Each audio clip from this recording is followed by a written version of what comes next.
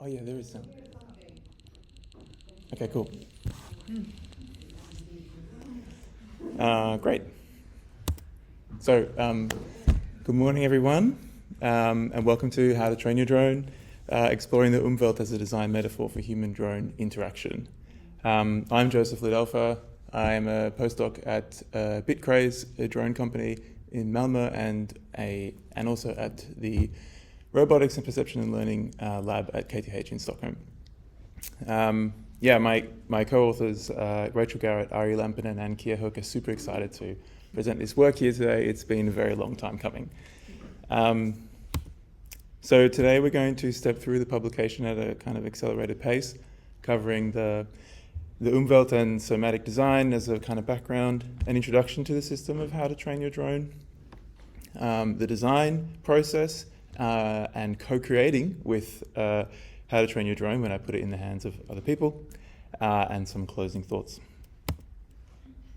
So, the umwelt. I want you all to imagine for a moment that all you could sense is your own heartbeat and nothing else. And all that you could do was expand and contract your body to this beat. Like, what kind of insular existence would that be? You would have no sense of hunger or no sense of light from dark or up from down. This is a very express introduction to Jacob van Uxkull's idea of the umwelt, which posits that the world as it presents itself is by virtue of how your body senses the world and how you can act in it. So in other words, we will always be in our own sensory bubble, and because we simply don't possess the same body shape as these other creatures, and our senses work in completely different ways. Uxkull believes that these worlds are unknowable, and it's silly to assume that we know what it's like to be these creatures, and vice versa. So why do we try so hard to understand these robots and for them to understand us? What this pictorial argues for is to rather try to design robots that do this, focus instead on what can be sensed and what can be acted upon. So if you can design a space where this can be shaped by the user, then the interaction can emerge between them. And the users kind of become designers themselves. So our work draws from somatic design processes like soma design, where the user is expected to try hard to articulate exactly what they're feeling and sensing and how they're acting. But these are typically done with sensors and actuators like on the body and not with like autonomous or semi-autonomous robots. Therefore, the soma design program needed to be expanded a little bit in order to fit with the ideas of the umwelt. And if you want to know more details about that, then you can go to Auditorium 2 today at 12 p.m. and I will tell you about mechanical sympathy. And the umwelt is one of the reasons that this work is called mechanical sympathy and not mechanical empathy. So moving on to how to train your drone. So the system works by taking a drone from a charger, mounting some hand sensors, and launching the drone. And yeah, as we saw before, it's never this easy. And on first launch, this is how it works. So it will spin on its own axis. And this means that it cannot sense you, your presence. But if you hold your hands still, it will slow down and then snap to face you. So we see that again with the lights on. Holding your hands. It starts again, not holding still enough. And then now it's facing you and you can move around. So what's happening here is that the drone has created two volumes in space to its immediate right, in red there, where it can now sense me or whoever's using it. And if your hands are in that space, then you can move it around. But if not, it goes back to just spinning on its own axis. And here is what that looks like.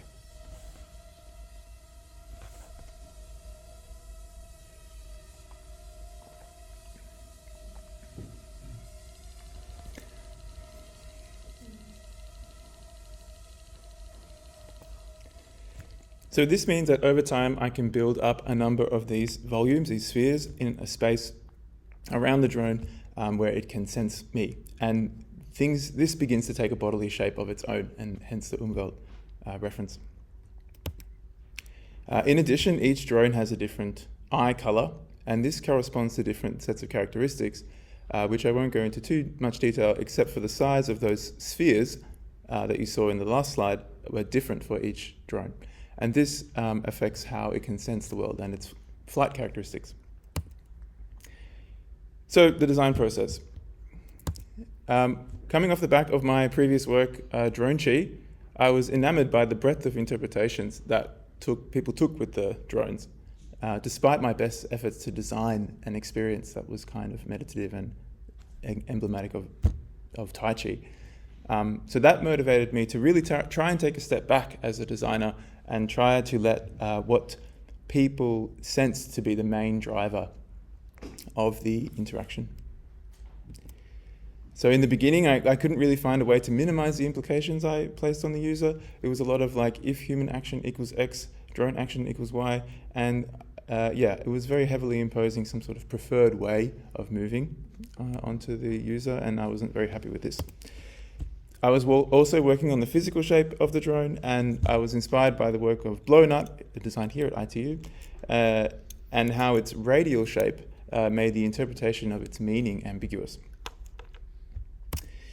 So this is a concept that came from that thinking, something that inspired by the many stages of the jellyfish.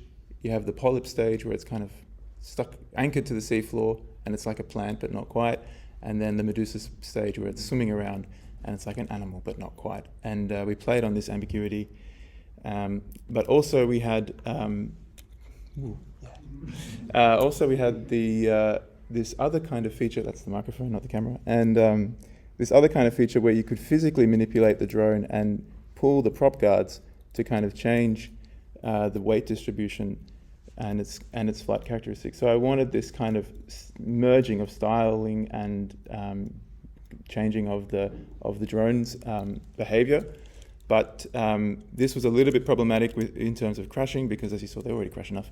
And so we abandoned this, but as you saw before, this was kind of implemented virtually with the points around the drone. So co-creating with How to Train Your Drone. We set the whole system up for 4 weeks in a home where 3 people use them around 3 times a week. We took a whole lot of data. It was like 9 hours of interview footage and 5 hours of video footage, and the other way around. Each were assigned a drone. Nora was assigned the clear-eyed drone, Justin was assigned the amber-eyed drone, and Tom was assigned the blue-eyed drone. And these are the spheres that were built up around the amber drone.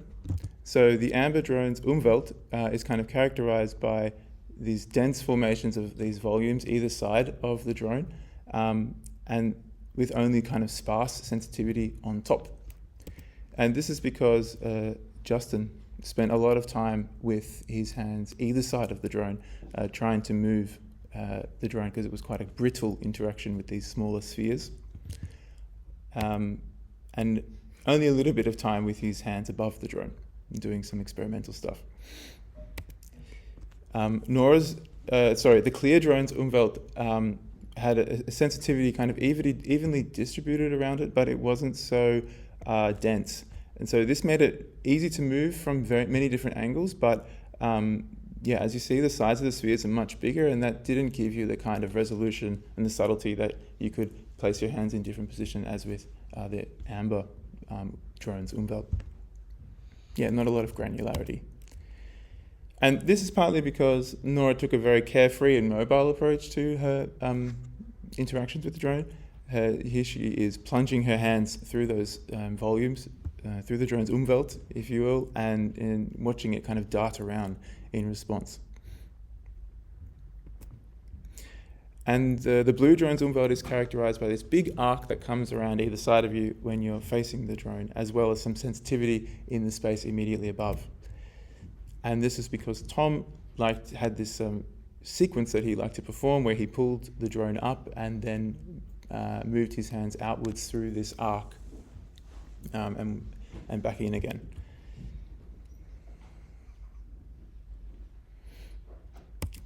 And finally, some closing thoughts. I think this quote from me from Ed Young, who wrote a lovely book about the umwelt recently, is a good parting message. He says, "Nothing can sense everything, and nothing needs to," which is indeed that is why the umwelten exists at all. It is also why the act of contemplating the umwelt of another creature is so deeply human and utterly profound. Our senses filter out what we need, and we must choose to learn about the rest. So we believe that the umwelt as a design metaphor could support meaningful experiences and skillful interactions between humans and machines with varying capabilities and limitations. Thank you.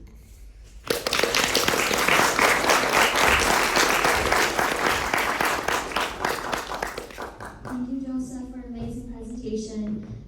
Questions for Joseph? Okay.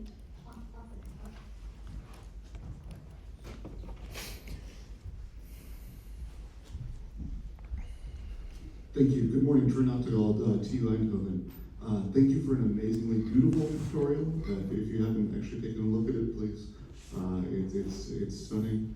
My question, though, is about what you learned about the interaction, and while it works incredibly well in drones, how does it translate to the larger field of interaction design? What can you say about what you learned there in the interactions and how it can control other things? Yeah, so drones are a lovely testbed for these kinds of interactions because they're not kind of constrained like a robotic arm is to a table. They can move around freely, and the space around them is free to be interacted with. So this does present challenges when moving to other forms of robots.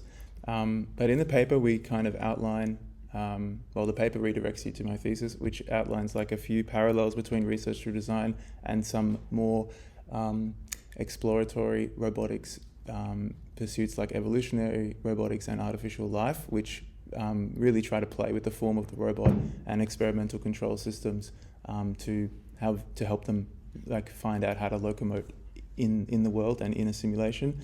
And I think that they have a lot of very nice kind of heuristics and rules of thumb that play nicely with RTD, and I kind of draw parallels there as a kind of a jumping off point for that kind of exploration.